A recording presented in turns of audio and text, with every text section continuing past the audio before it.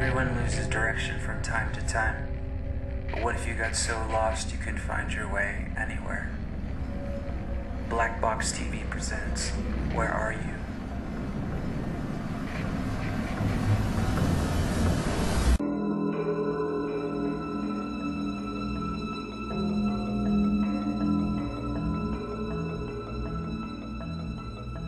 We economic hitmen really have been the ones responsible for creating this first truly global empire. And we work many different ways.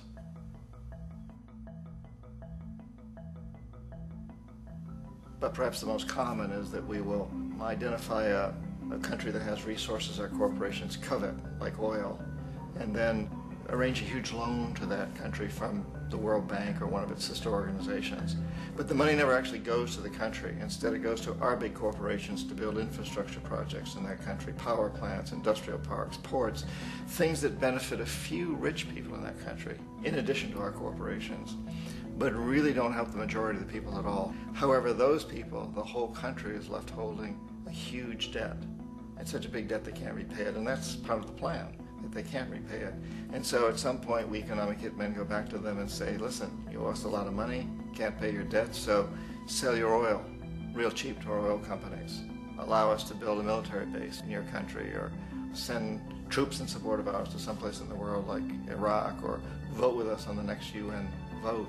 To have their electric utility company privatized and their water and sewage system privatized and sold to U.S. corporations or other multinational corporations. So there was that whole mushrooming thing, and it's so typical of the way the IMF and the World Bank work, that you put a country in debt, it's such a big debt it can't pay it, and then you offer to refinance that debt and pay even more interest.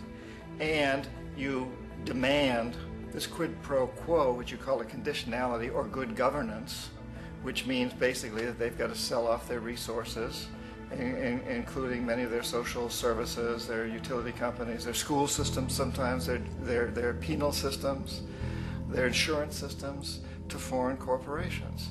So it's a double, triple, quadruple whammy. The precedent for economic hitmen really began back in the early 50s when democratically elected Mossadegh, who was elected in Iran, he was considered to be the hope for democracy in the Middle East and around the world. He was Time Magazine's Man of the Year. But one of the things that he'd run on and began to implement was the idea that foreign oil companies needed to pay the Iranian people a lot more for the oil that they were taking out of Iran. The Iranian people should benefit from their own oil. Strange policy. We didn't like that, of course. But we were afraid to do what we normally were doing, which was to send in the military. Instead, we sent in one CIA agent, Kermit Roosevelt, Teddy Roosevelt's relative. And Kermit went in with a few $1 million and was very, very effective and efficient. And in a short amount of time, he managed to get Mossadegh overthrown and brought in the Shah of Iran to replace him, who always was favorable to oil. And it was extremely effective. Mobs overflow Tehran. Army officers shout that Mossadegh has surrendered and his regime as virtual dictator of Iran is ended. Pictures of the Shah are paraded through the streets as sentiment reverses. The Shah is welcomed home. So back here in the United States, in Washington, people looked around and said, wow, that was easy and cheap. So this established a whole new way of manipulating countries, of creating empire. The only problem with Roosevelt was that he was a card-carrying CIA agent, and had he been caught, the ramifications could have been pretty serious. So very quickly at that point, the decision was made to use private consultants to channel the money through the World Bank or the IMF or one of the other such agencies, to bring in people like me who worked for private companies, so that if we got caught, there would be no governmental ramifications.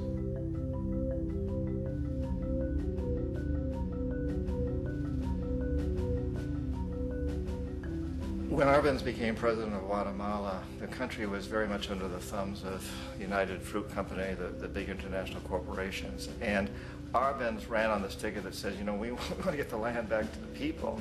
And once he took power, he was implementing policies that would do exactly that, give the land rights back to the people.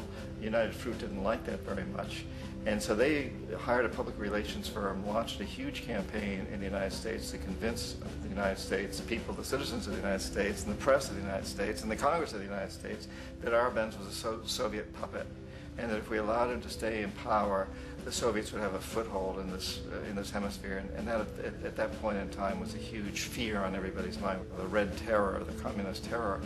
And so, to make a long story short, out of this public relations campaign came a commitment on the part of the CIA and the military to take this man out. And in fact, we did. We sent in planes, we sent in soldiers, we sent in jackals, we sent everything in to take him out, and did take him out. And as soon as he was removed from office, the new guy that took over after him basically reinstated everything to the big international corporations, including United Fruit.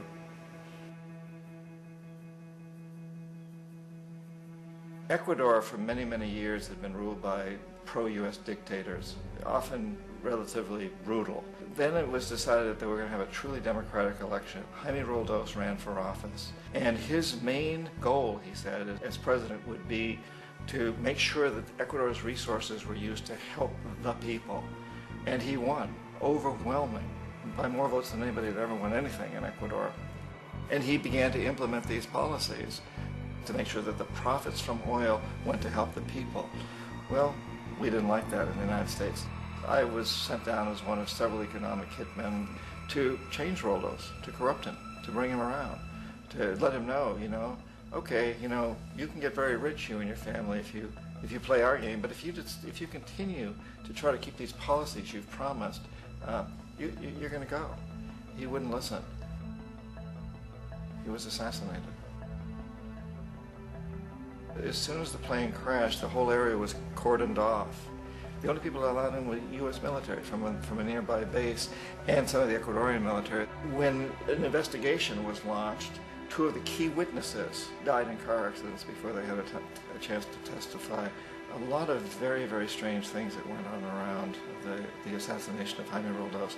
I, like most people who've really looked at this case, have absolutely no doubt that it was an assassination. And of course, in my position as an economic hitman, I was always expecting something to happen to Jaime, whether it be a coup or assassination, I wasn't sure, but that he would be taken down because he was not being corrupted. He would not allow himself to be corrupted the way we wanted to corrupt him.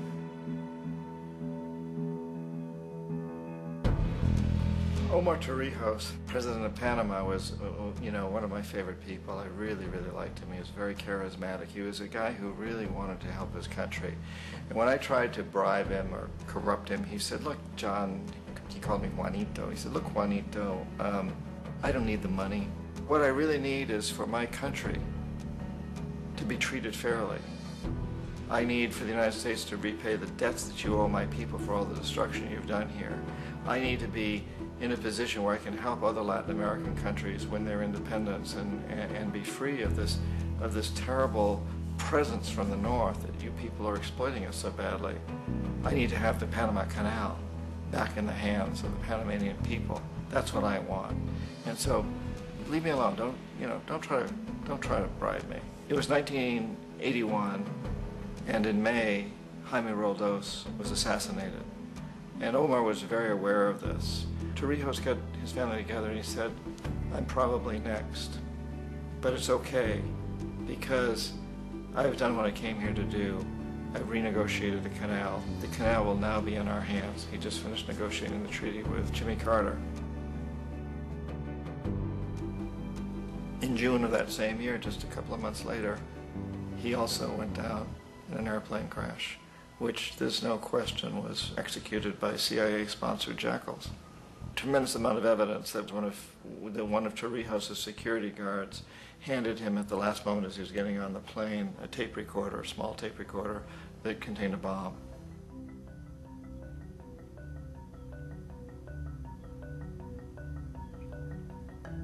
It is interesting to me how this system has continued pretty much the same way for years and years and years, except the economic hitmen have got better and better and better. Then we come up with, very recently, what happened in Venezuela. In 1998, Hugo Chavez gets elected president, following a long line of presidents who had been very corrupt and basically destroyed the economy of the country. And Chavez was elected amidst all that. Chavez stood up to the United States And he's done it primarily demanding that Venezuelan oil be used to help the Venezuelan people. Well, we didn't like that in the United States. So in 2002, a coup was staged, which there's no question in my mind, and most other people's minds, that the CIA was behind that coup.